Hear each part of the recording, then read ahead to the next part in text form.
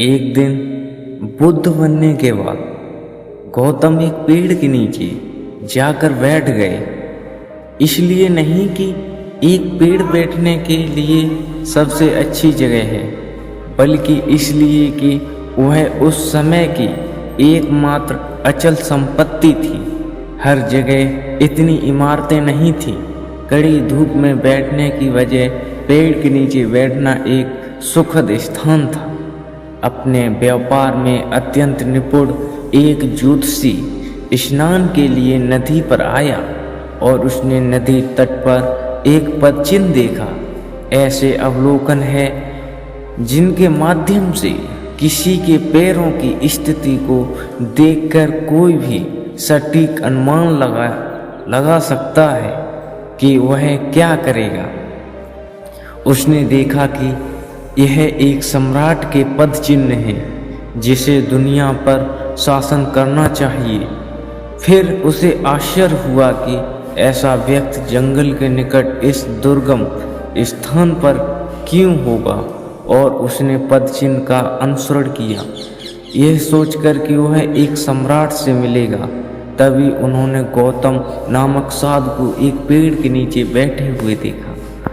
उसने ये देखा और सोचा, या तो मेरा ज्योतिष बिल्कुल गलत हो गया, या मुझे मूर्ख बनाया जा रहा है, या मैं किसी प्रकार के मत भ्रम में हूँ।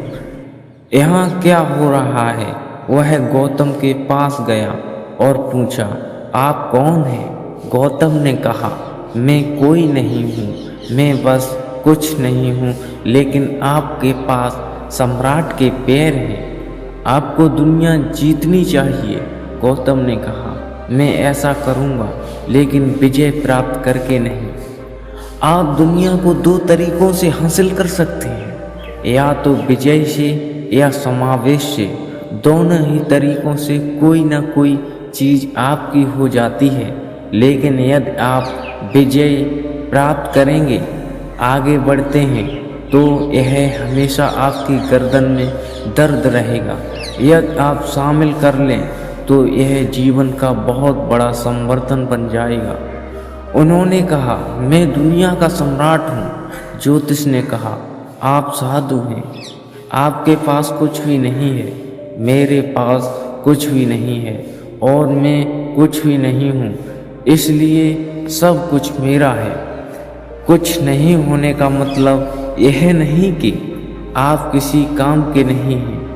आप कुछ नहीं हैं तो इसका मतलब है कि आप सर्वसमावेशी हो गए हैं। यदि आप कुछ हैं तो इसका मतलब है कि आप केवल वही हो सकते हैं। यदि आप कुछ नहीं हैं तो आप जैसे चाहें वैसे हो सकते हैं।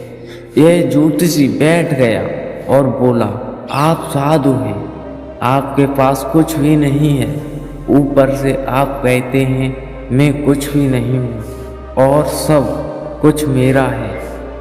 यह क्या है? गौतम ने कहा, तुम आओ, मेरे पास तुम्हारे लिए एक रास्ता है। तुम जीवन की भविष्यवाणियाँ करने में व्यस्त हो। मेरे पास एक योजना है। आप जीवन के बारे में भविष्यवाणियाँ करते हैं क्योंकि आप कोई योजना बनाने में असमर्थ हैं। यही कारण है कि आप भविष्यवाणियों पर निर्भर रहते हैं। यदि आप एक योजना बनाने और उसे क्रियान्वित करने में सक्षम हैं तो आप भविष्यवाणियों पर निर्भर नहीं रहेंगे। गौतम ने कहा, आप व्यस्त हैं अनुमान करना।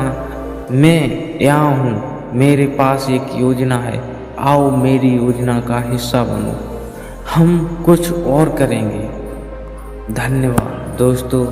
स्टोरी कैसी लगी? अगर अच्छी लगी हो तो कमेंट करके ज़रूर बताएं। नमो बुद्धाय।